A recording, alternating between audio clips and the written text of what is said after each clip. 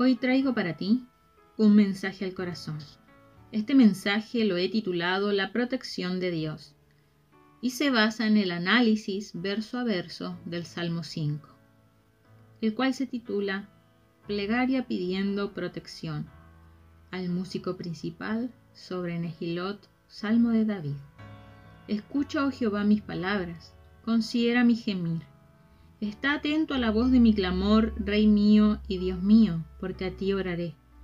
Oh Jehová, de mañana oirás mi voz, de mañana me presentaré delante de ti y esperaré, porque tú no eres un Dios que se complace en la maldad, el malo no habitará junto a ti. Los insensatos no estarán delante de tus ojos. Aborreces a todos los que hacen iniquidad, destruirás a los que hablan mentira. Al hombre sanguinario y engañador abominará Jehová. Mas yo, por la abundancia de tu misericordia, entraré en tu casa, adoraré hacia tu santo templo en tu temor. Guíame, Jehová, en tu justicia, a causa de mis enemigos. Endereza delante de mí tu camino, porque en la boca de ellos no hay sinceridad. Sus entrañas son maldad, sepulcro abierto es su garganta. Con su lengua hablan lisonjas. Castígalos, oh Dios, caigan por sus mismos consejos. Por la multitud de sus transgresiones échalos fuera, porque se rebelaron contra ti. Pero alégrense en todos los que confían en ti. Den voces de júbilo para siempre, porque tú los defiendes. En ti se regocijan los que aman tu nombre, porque tú, oh Jehová, bendecirás al justo. Como un escudo lo rodearás de tu favor. Cuando leía este salmo y meditaba en las palabras del salmista, pensaba en los atributos de Dios, en la importancia de cada una de sus virtudes. En especial pensaba en aquellos atributos que son exclusivos de Dios, como su omnipotencia, su omnipresencia, su omnisciencia y su santidad. Estos atributos son parte de la naturaleza de Dios, de su esencia, son únicos de su ser. Son atributos que Dios no los comparte con nosotros. Si bien nosotros somos creados a imagen y semejanza de Dios y compartimos algunos de sus atributos, como el amor, la misericordia, la fidelidad, la bondad, etc., la santidad de Dios es un atributo, una virtud que es exclusiva de Dios, que Dios no comparte con nosotros sus criaturas. Y al pensar en esa santidad de Dios y entender que Dios es santo, concluyo entonces en que Dios no puede, por ninguna razón ni ninguna forma, tolerar el pecado, ninguna clase de pecado. El profeta Habacuc es claro en su libro, en el capítulo 1, en el verso 13 nos dice: muy limpio eres de ojos para ver el mal, ni puedes ver el agravio. ¿Por qué ves a los menospreciadores y callas cuando destruye el impío al más justo que él? Y esto tiene relación con las preguntas que el salmista se va a hacer más adelante. Pero también pensaba en otro atributo de Dios, que es su justicia. Dios es justo, Dios es verdaderamente justo. Por tanto, Dios no puede tolerar la injusticia. La única forma que hay de que Dios nos declare a nosotros inocentes, que somos pecadores y culpables por nuestros pecados y merecedores de su castigo, es que Él mismo, que es totalmente justo, nos provea a nosotros el medio de justificación que su justicia demanda. La justicia de Dios nos garantiza que cada ser humano va a recibir lo que merece por sus acciones. Por esa razón y en un acto de amor y de misericordia es que Él ha enviado a su Hijo Jesucristo a la tierra a morir por todos los pecadores, para que todo aquel que cree en Él, en el Hijo de Dios, pueda ser perdonado de sus pecados y salvados por medio de su gracia. La gracia que es el regalo de Dios, con el cual Él nos provee a nosotros su justificación. como lo vemos también reflejado en el famoso verso del Evangelio de Juan, en el capítulo 3, en el verso 16, porque de tal manera amó Dios al mundo, que ha dado a su Hijo unigénito, para que todo aquel que en Él cree no se pierda, mas tenga vida eterna. El Salmo 5 entonces, al igual que los salmos anteriores que hemos visto, es una oración matutina que se asocia con la adoración en el templo.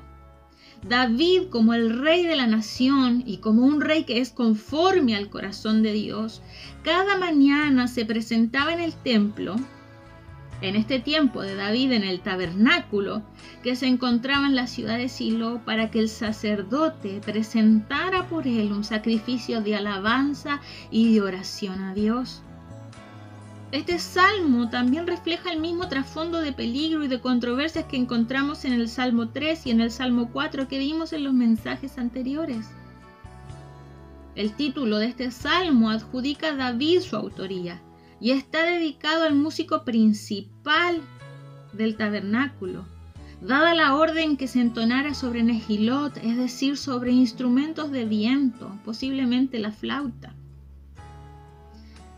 Y también vemos que se ha argumentado que este salmo debe ser posterior a David, ya que se menciona el templo. Y el templo fue edificado, construido posteriormente a la muerte de David en el reinado de su hijo Salomón. Sin embargo, vemos que el término que aquí se usa como templo, que se traduce como templo, se emplea también para designar al tabernáculo que estaba en la ciudad de Silo, como se describe en 1 de Samuel 3:3. Por lo tanto, vamos a ver que cuando el salmista usa el término templo, está asociado al tabernáculo, que es el lugar donde se alojaba el arca del Señor o el arca del pacto en tiempos de David. El salmo se va a dividir en 4 estrofas. La primera estrofa, que son los versos del 1 al 3, es el pedido del salmista de ser escuchado por Jehová su Dios. La segunda estrofa, que son los versos 4 al 7, expresan la confianza de que Dios no tolerará al impío. La tercera estrofa, que son los versos del 8 al 10, describe la infidelidad de los enemigos del salmista. Y la cuarta estrofa, que son los versículos finales, el verso 11 y el 12, expresan la confianza de David en la reivindicación de su causa. Veamos entonces el desarrollo de los versos. En los versos del 1 al 3 veremos el pedido del salmista de ser escuchado por su Dios. Escucha, oh Jehová, mis palabras, considera mi gemir. Está atento a la voz de mi clamor, Rey mío y Dios mío, porque a ti oraré. Oh Jehová, de mañana oirás mi voz, de mañana me presentaré delante de ti y esperaré. Al principio, vemos que el salmista pide que Dios no solo escuche sus palabras, sino que considere también su gemir y que esté atento a su clamor. ¡Qué maravillosa es esta expresión que leemos aquí! Y podría preguntarte, ¿oras tú de esta forma tan especial y tan profunda, pidiéndole a Dios que te escuche y que no solo escuche tus palabras, sino que considere tu gemir, que considere tu actitud con la que te presentas delante de Él? La palabra que el salmista utiliza aquí como gemir en el verso 1 es un término que es muy poco frecuente y que solo vuelve a aparecer en el Salmo 39, en el verso 3, y puede significar una oración silenciosa o el murmullo que emite el dolor constante que está sintiendo. Esto demuestra que las palabras del salmista no son meras palabras, sino que expresa una actitud profunda del corazón del salmista. Por eso cuando ores, sé sincero con Dios. Abre tu corazón delante de Dios en humildad y expresa lo que sientes con la actitud correcta. Al dirigirse al Señor como Rey mío y Dios mío. David revela cuál es la relación que tiene con su Dios, que es una relación personal, una relación íntima y de suma confianza. Recordemos que David era el rey de la nación y aquí él está mencionándose a Dios, lo está llamando Rey mío y Dios mío. Está reconociendo que es Dios quien gobierna su vida.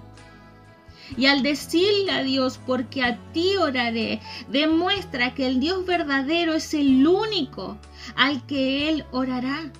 Y esta expresión es como si el salmista dijera, a ti oraré y tan solo a ti, a nadie más que a ti. Las oraciones de David no eran esporádicas, sino que eran con regularidad. Cada mañana el Señor escuchaba la voz del salmista. ¿Por qué razón? Porque cada mañana este varón de Dios preparaba un sacrificio de alabanza y oración y esperaba que el Señor se revelara a él durante el día. ¿Haces tú lo mismo? ¿Aguardas que en el correr del día, mientras esperas, el Señor responda a tus oraciones? ¿Oras con frecuencia o lo haces de manera esporádica? ¿Esperas recibir esa respuesta de parte de Dios o te olvidas de lo que pediste? ¿Aguardas con paciencia la respuesta de Dios o te cansas de esperar? Pero te quiero decir una cosa. Si crees en Dios, si confías en Él, aguarda, espera, confía, cree, porque Él sin duda te va a responder. Veamos ahora los versos 4 al 7. Estos versos expresan la confianza de que Dios no tolerará a los impíos. Y el salmista dice así, porque tú no eres un Dios que se complace en la maldad. El malo no habitará junto a ti. Los insensatos no estarán delante de tus ojos. Aborreces a todos los que hacen iniquidad. Destruirás a los que hablan mentira. Al hombre sanguinario y engañador abominará Jehová. Mas yo, dice el salmista, por la abundancia de tu misericordia, entraré en tu casa y adoraré hacia tu santo templo en tu temor. Siempre consciente de los enemigos que estaban alrededor de él, la confianza del salmista en Dios es dirigida en sus oraciones y es fortalecida cuando se acuerda de la santidad y de la justicia de Dios. Los creyentes, los que hemos creído en Jesucristo como nuestro Señor y Salvador, como quien nos gobierna, tenemos acceso íntimo al trono de gracia de Dios por medio de Cristo Jesús, nuestro Señor, quien nos reconcilió con el Padre. Pero no es lo mismo para los impíos, a los cuales solo les espera condenación eterna, ya que Dios no puede tolerar de ninguna forma la maldad. Los jactanciosos a los que se refiere el salmista no son favorecidos con audiencia delante del rey. David sabe que la justicia de Dios es de tal naturaleza que no puede tolerar el mal, ni ha de tolerarlo nunca.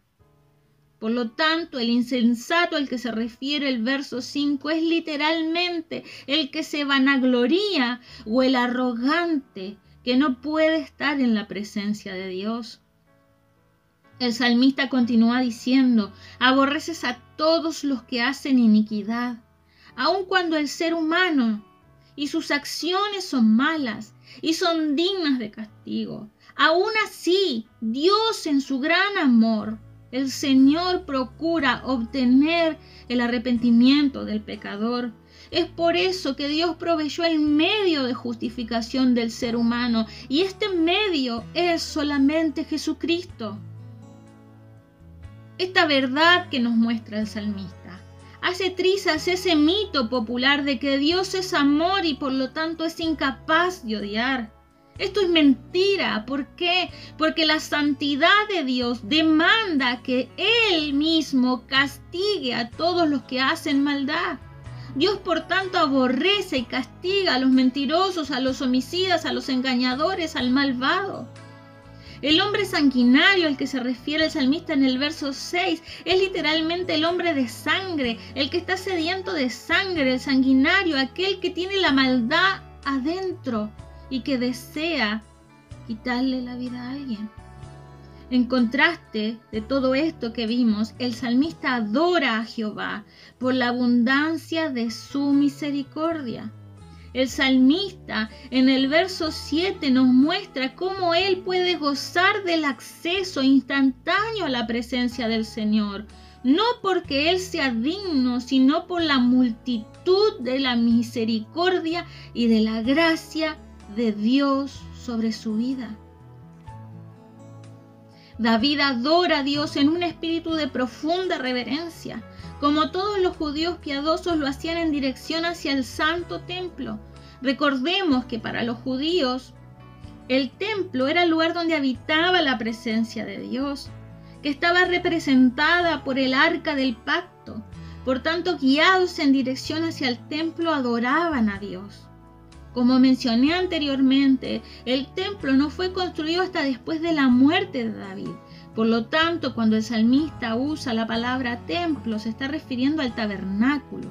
Lo podemos corroborar, como también lo dije anteriormente, en los libros del profeta Samuel, en el primer libro del profeta Samuel, en el capítulo 1, verso 9, en el capítulo 3, verso 3.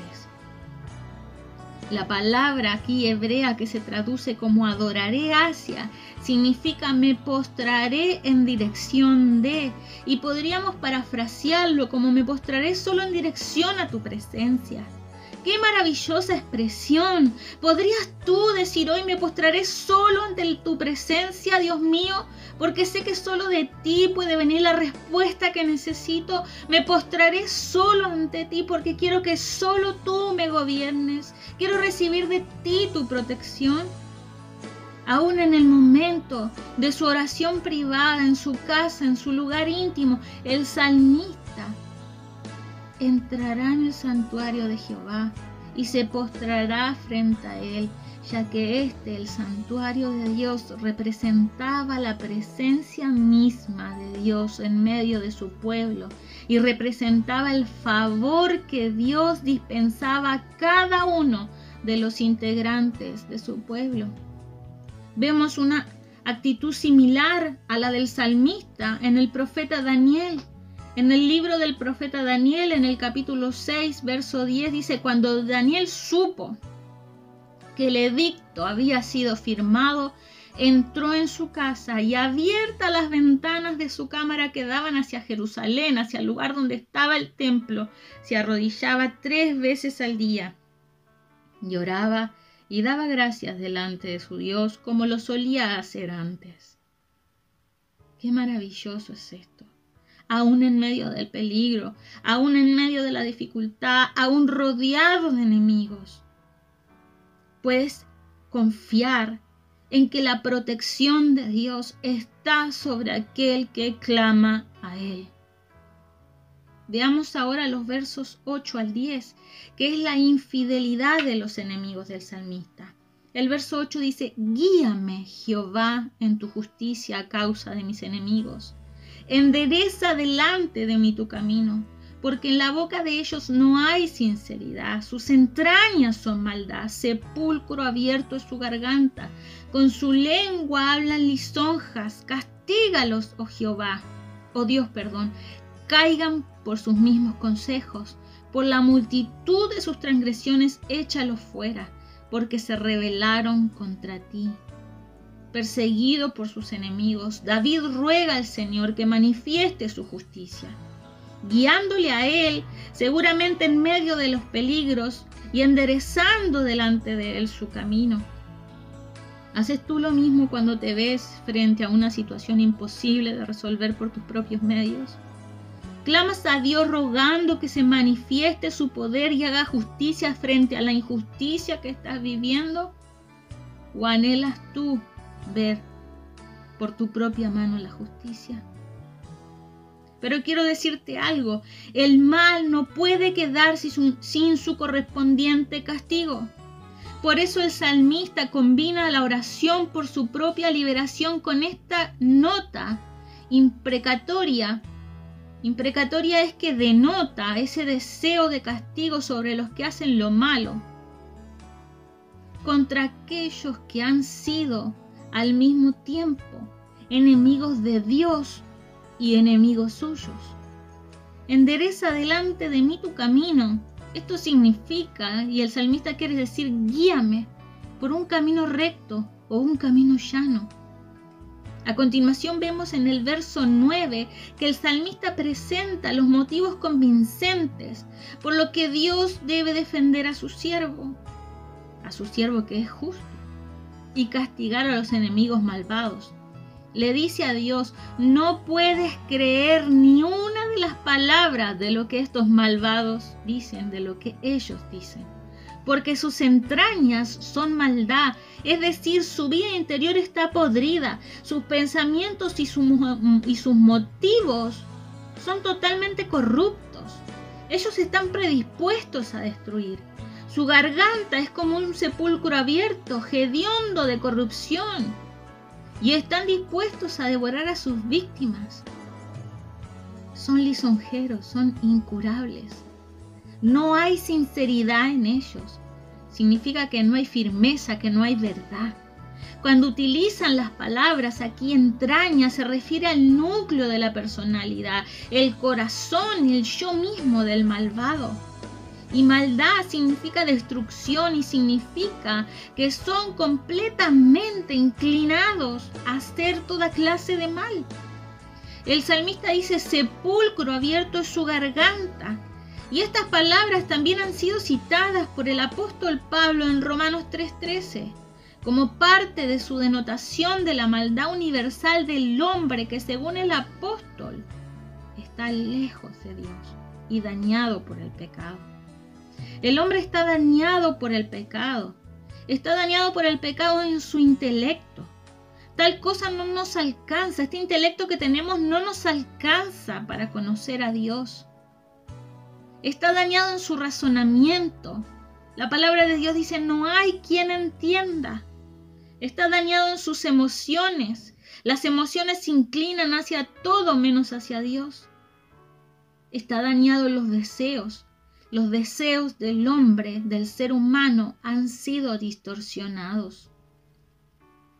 Un sepulcro abierto resultaba algo particularmente ofensivo para la sensibilidad hebrea, porque según las leyes judías, el contacto con los muertos producía la impureza ceremonial, por lo cual no podían presentarse al templo. Esto indica contaminación. El salmista dice: contaminación hay en lo que estos malvados hablan, contaminación hay en lo que estos malvados viven, contaminación hay en lo que estos malvados hacen. No sé tú, pero yo en las noticias he visto la descripción exacta de lo que el salmista nos habla. Por eso en el verso 10 el salmista le pide a Dios que los castigue. Les dice: castígalos, oh Dios. En hebreo esto es acúsalos de la culpa. Y por lo tanto castígalos porque son culpables. Caigan todos ellos en sus mismos consejos. Sugiere que sus propios planes para hacer el mal van a producir la destrucción de los malvados. Y es verdad. El ser humano no es castigado por Dios porque Dios simplemente quiere hacerlo, sino que es castigado por su propio pecado, que le provoca la muerte tanto física como espiritual. Dios no puede perdonar a esta clase de malvados y los va a castigar. La actitud del salmista hacia los impíos no se funda en un desprecio personal y en una actitud de venganza, ya que hemos visto nosotros en los salmos anteriores cómo el salmista, como rey de la nación, intercede por toda la nación, aún por los malos. Pero esta actitud que el salmista nos está mostrando en este salmo es que Dios los castigue, porque su maldad no se ha rebelado solo contra el salmista, sino que estos malvados se han rebelado contra Dios. Por tanto, su condena es justa. Ellos deben ser obligados a cargar con su culpa. Sus malvados planes deben ser devueltos sobre ellos, y sus muchas transgresiones demandan su expulsión. El peor de sus pecados es que se rebelaron contra el Señor. Y esto es grave. ¿Por qué es grave? Porque todos tenemos conocimiento de Dios. Todos tenemos un conocimiento natural de Dios. Al ver la creación vemos y entendemos que hubo un creador. Por medio de su palabra conocemos a ese creador. Pero aun si esto no queda claro, todos tenemos conciencia del bien y del mal que nos acusa. Por tanto, tú sabes lo que estás haciendo bien o lo que estás haciendo mal. Y tu conciencia te acusa delante de Dios. Por eso es una condición y una decisión del ser humano el rebelarse contra Dios. Dios ha provisto todos los medios de perdón y de justificación para el ser humano. Y aún así el ser humano decide rebelarse contra Él. Vemos en los versos 11 y 12 que el salmista expresa la confianza en la reivindicación de su causa. Y dice, pero alégrense en todos los que confían en ti. Den voces de júbilo para siempre, porque tú los defiendes. En ti se regocijen los que aman tu nombre. Porque tú, oh Jehová, bendecirás al justo. Como un escudo lo rodearás de tu favor. La justicia no solamente exige el castigo de la maldad, sino también es el premio de los justos. El justo siempre tendrá motivos para regocijarse en su Dios, quien es la fuente de su confianza, quien es su gozo y su plena seguridad. El verso 11 dice que los que confían en Jehová y aquellos que aman su nombre se alegrarán y darán voces de júbilo, pues saben que su defensa es segura, saben que están seguros bajo la protección de Dios. Dios bendecirá al justo, lo rodeará y lo protegerá como un escudo. La palabra que se usa aquí se designa de un escudo grande, el paves, que es un escudo que es capaz de proteger la totalidad del cuerpo. Y qué hermosas estas palabras, porque ese Dios, tu Dios y mi Dios, te protege de los pies hasta la cabeza. Él es quien te guarda, Él es quien te protege, Él es quien te da la victoria. Y para concluir, quisiera que pudieras releer cada palabra de este salmo y reflexionar en ellas. Porque el salmista es claro cuando nos muestra la diferencia que hay entre el justo, aquel que es justificado por Dios, y el injusto, que no es justificado por Dios, sino que va derecho al castigo y a la eterna condenación por parte de Dios. Un profesor, al cual le tengo mucho cariño, muy instruido en la palabra de Dios, decía, el justo nace 2 veces. Una vez nace de su madre quien lo da a luz, pero como nació en pecado debe nacer del Espíritu de Dios al entregar su vida a Cristo Jesús como su Señor. A diferencia, el injusto muere 2 veces. Nace muerto en sus delitos y pecados y muere naturalmente. Y va a morir una segunda vez, condenado por sus injusticias, por sus pecados y su rechazo a Dios. Por tanto, tú me preguntarás entonces, ¿qué hago? Si yo no soy una persona mala, hago lo correcto, no tengo grandes vicios, siempre estoy dispuesto a tenderle la mano a quien lo necesite, aún haciendo todo esto y siendo bueno, ¿Dios habrá de condenarme? Y yo te respondería, claro que sí. La palabra de Dios nos dice que no hay justo, no hay quien haga lo bueno, no hay ni siquiera uno. La única forma en que seamos justificados es el arrepentimiento de nuestros pecados y que creamos en Jesucristo como nuestro Señor y Salvador, que nos entreguemos a Él y que vivamos conforme a su voluntad, la cual está establecida en su palabra. Por tanto, mi consejo es que hoy puedas acercarte a Dios y hacer las paces con Él. Haz las paces con Dios. Recuerda que esta vida es corta, que todos nacemos y morimos, pero que la vida que sigue es eterna, no tiene fin. Por tanto, recibe el regalo de Dios, que es gratuito y es por su gracia. No lo merecemos, pero Él nos lo quiso dar. Descansa en Dios cada día de tu vida. Recibe su amor y su tierna protección. Espero que este mensaje haya sido de bendición para ti. Si es así, puedes compartirlo con quien creas que le será de bendición. Recuerda que el fin de este canal, Esperanza en Tiempos Difíciles, es llevar esperanza a todo aquel que lo necesite a través de la palabra de Dios. Por tanto, muchas veces tú tal vez entiendas que los mensajes que damos son fuertes, pero siempre son esperanzadores.